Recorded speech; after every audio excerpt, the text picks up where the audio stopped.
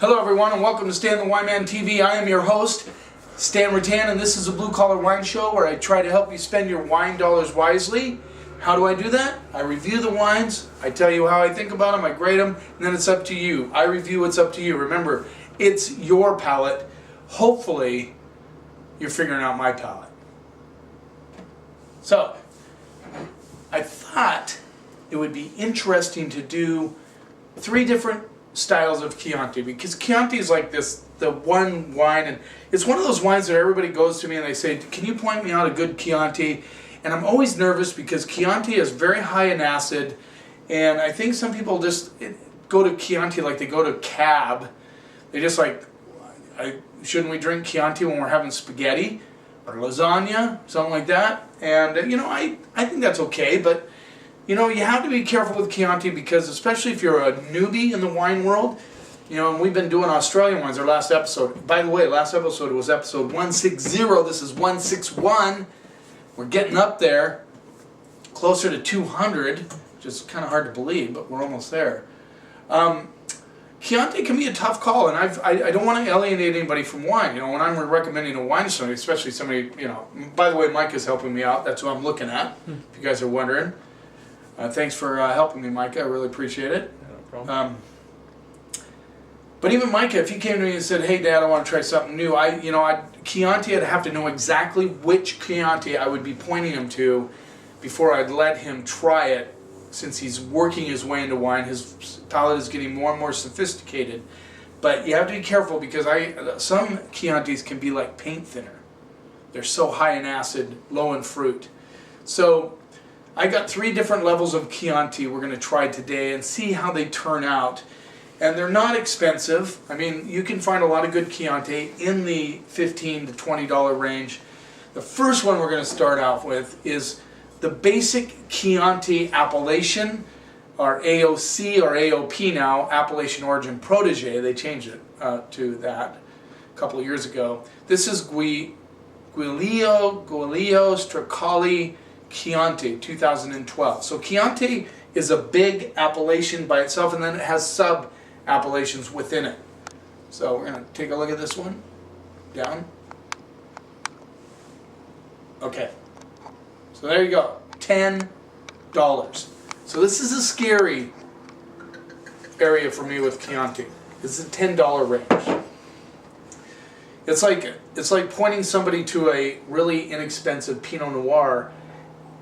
I won't do it unless I've tasted it, because Pinot can go 2 different ways. It can go really thin, or it can go, you know, they put a bunch of Syrah in it, it goes really fat, and it's not what you're looking for in a Chianti. So, I mean in a Pinot, excuse me.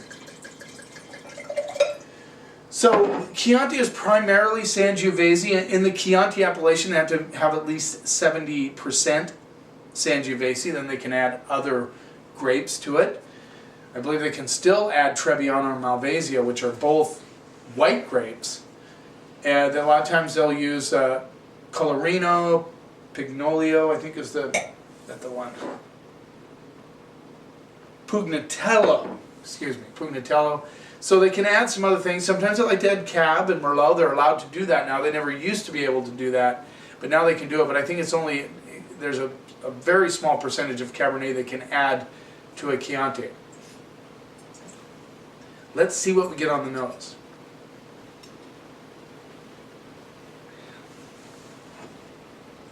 (2012). Did I say the vintage? 2000. I did, didn't I? A lot of crushed rocks and cherries. That's, I think, the dominant part of the nose on this one. A lot of like baked earth notes coming through. And I'm just getting a hint of like a baking spice, like you're baking bread, but that you know what I mean, that kind of yeast. It's not yeast, it's more like the crust smell. Okay, let's see what we get on the palate.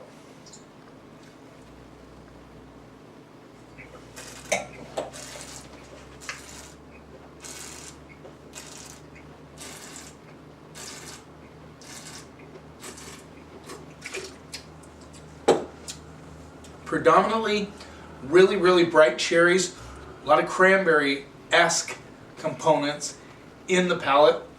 A little on the thin side, which is not uncommon for Chianti. A lot of crushed rocks. I get a lot of crushed rocks on this. A little bit of baked earth, a little bit of that forest floor component.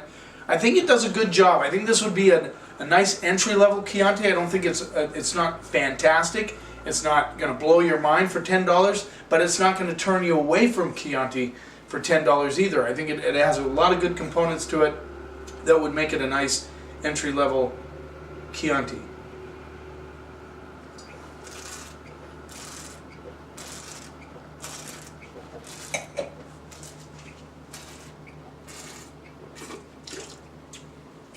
Oops. And I believe, if I'm not mistaken, St. Michel has a little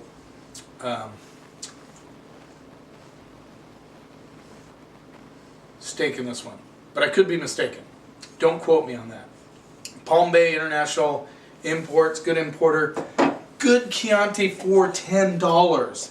And that's really what we're talking about. For $10, is it going to turn people off from Chianti? Absolutely not. Is it going to get them excited about it? Maybe not, but it'd be great with spaghetti, be great with lasagna, be great with pizza. It's a good bottle of wine for those purposes. I'm gonna go C+ on that. It's good peanut. It's a good Chianti. Now let's move on to the next one. And this can be the part with Chianti that can confuse people. This is Basciano Chianti Rufina 2009. And let's take a look at the label. This rolls in at $13. Now, the key to these labels is Rufina is a sub-appellation of Chianti. Okay, there we go.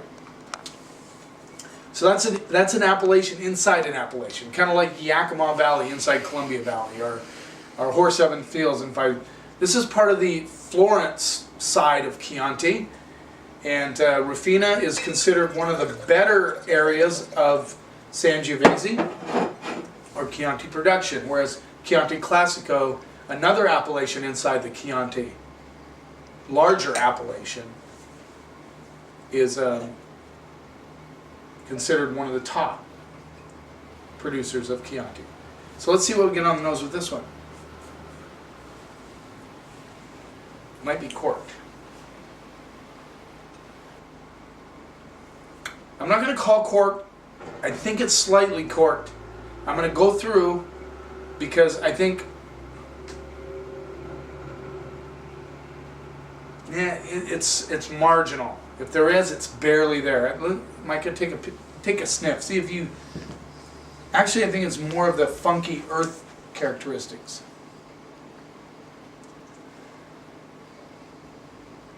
Yeah, it's got a little funk to it. Yeah, it's not corked. I'm going to say it's not corked until I put it in my mouth, of course. I just got an initial kind of cork thing, but I'm very sensitive to that. I think I've mentioned that before. It's just one of those things I can't pick up on right away, but it seems to be blowing off. This has a very complex nose. It has a lot of stuff going on. It's very deep. I mean, there's deeper There's deeper fruit notes on this one by far. I get currants and cherries, big time. I get a little hint of, it's almost like a meaty element, almost like a stewed meat element coming through. I can smell the wood. There's definitely oak on it, but it's not predominant part of it.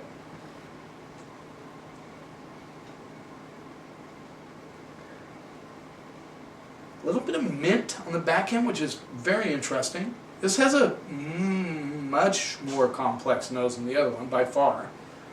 And it's only $3 more. A little licorice coming through. That's the other thing. I'm getting a little bit of that black licorice. Let's see what we get on the palate.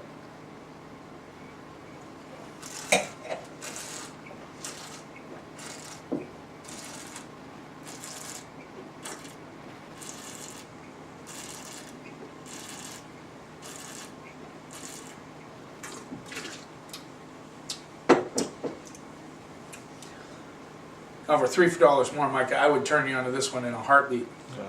I mean, it's got good depth. It's got nice flow across, excellent balance. I get dark cherries, dark currants, but there's that underneath of forest floor, and there's a little bit of gravel coming through, but it's all in balance, so you don't get, you can tell it's old world. I mean, if this had this kind of fruit from Australia, you might have more of a fruit bomb, not from Chianti.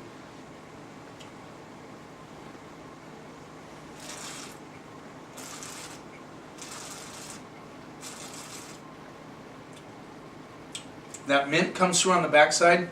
You get a little bit of leather and tobacco coming through on the back end of this one. Nice and fresh, good acidity, but good fruit. I'll try that again.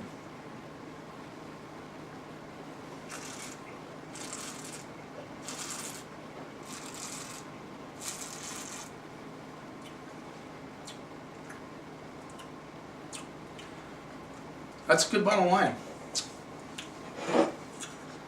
Basciano, I think is how it said, Chianti Rufina. Rufina, again, is the sub-appellation. I'm going to go A-.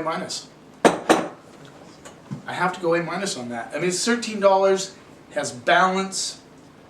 I'm not going to say it's going to age. I would say drink this one. Let's see, this is a 9. What? It's already got 5 years on it. Yeah. 2009. A-. That's a great bottle of wine. Wow. Wow. All right. San Felice 2010 Chianti Classico.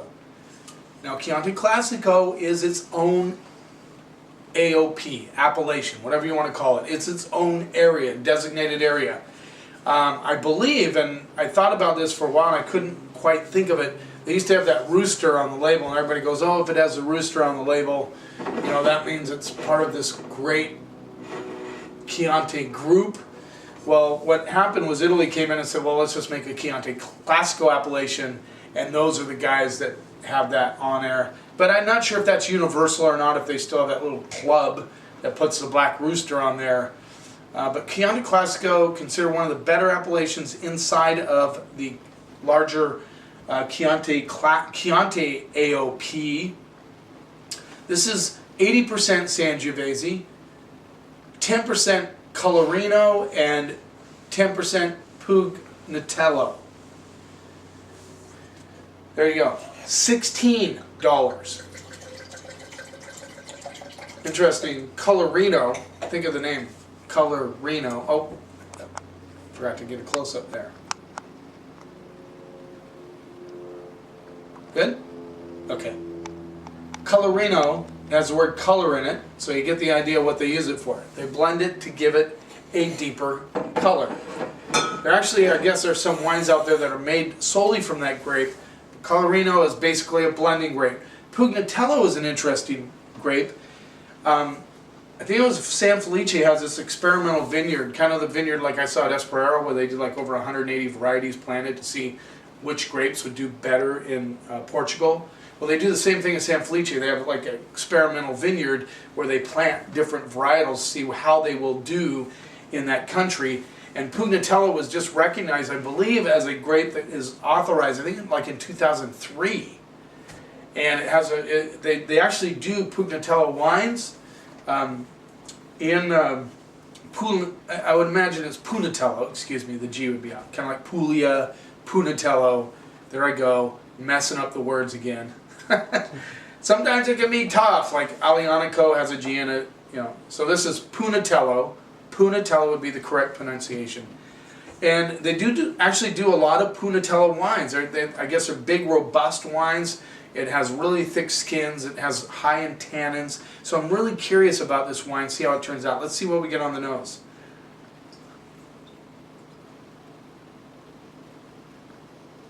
This is the first one that was that I would consider a little bit poopy on the nose. But that's offset by cedar. I get a lot of cedar. Dark cherries. A little perfume, like perfume, like if you have cherry soap kind of perfume. Again, this is much deeper nose than the first one, kind of like Rufina.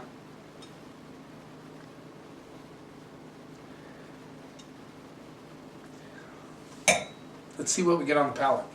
So just remember that if you see Chianti Rufina, it's just an area of Chianti. If you see Chianti Classico, that's another AOP. If it says Chianti, then it's just part of the basic Chianti appellation. Just a little Italian lesson today.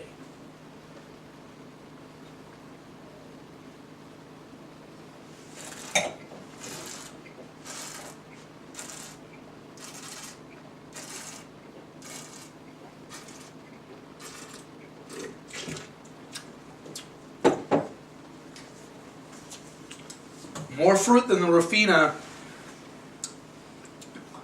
It's a year younger, right? 10? More fruit. This is a very, again, a very good Chianti. It's got a good flow across the palate. I think it's a touch thinner than the Rufina, than the Basciano. Excuse me, I keep saying Rufina. Basciano. A little thinner, $3 more.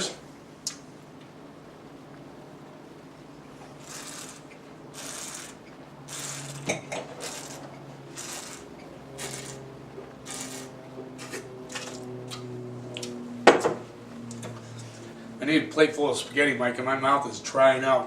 One thing about Sangiovese is a drier. It's definitely drier, higher in acidity. But this has a what I'd call a 10 in the delicious category. It's got a really nice cherry, blackberry, kind of a plum profile right up front. It's a little on the softer side than the Basciano.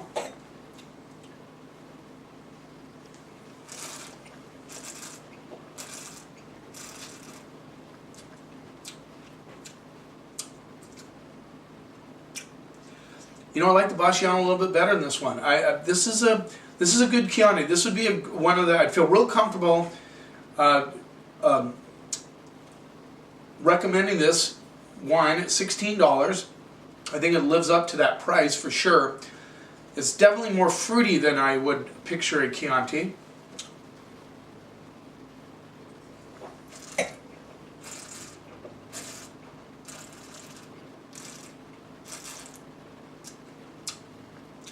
I can't put my finger on it. It has this like kind of funkiness on the tip of my tongue, almost like I always think of carbonic maceration, but I don't know what it is. Here, give it a whirl, Mike, and just see what you think. Curious what he'll think about that one. I would recommend this to somebody who is just getting into Chianti because it has a good fruit on it.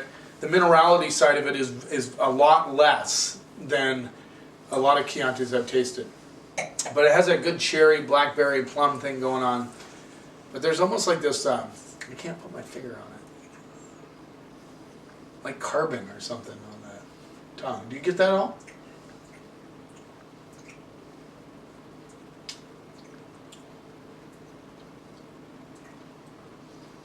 Yeah, it's got like, it's like almost a petroleum. That could be like Vaseline kind of thing. Yeah, that could be it. That's a good call. Yeah, that's it. It's like somebody rubbed a little Vaseline on the tip of your tongue. Yeah. Yeah, that's it. Okay, so $16. I'm gonna go B, straight up B on that one. It's a very good Chianti. It's very delicious.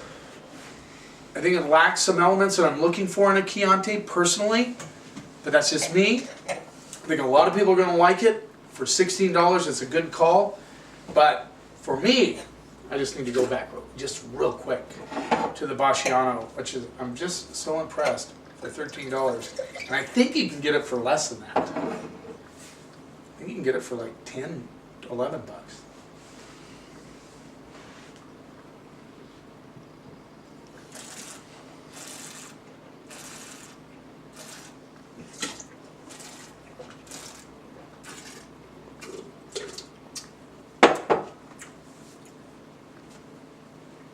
Wine on one of my favorite shirts.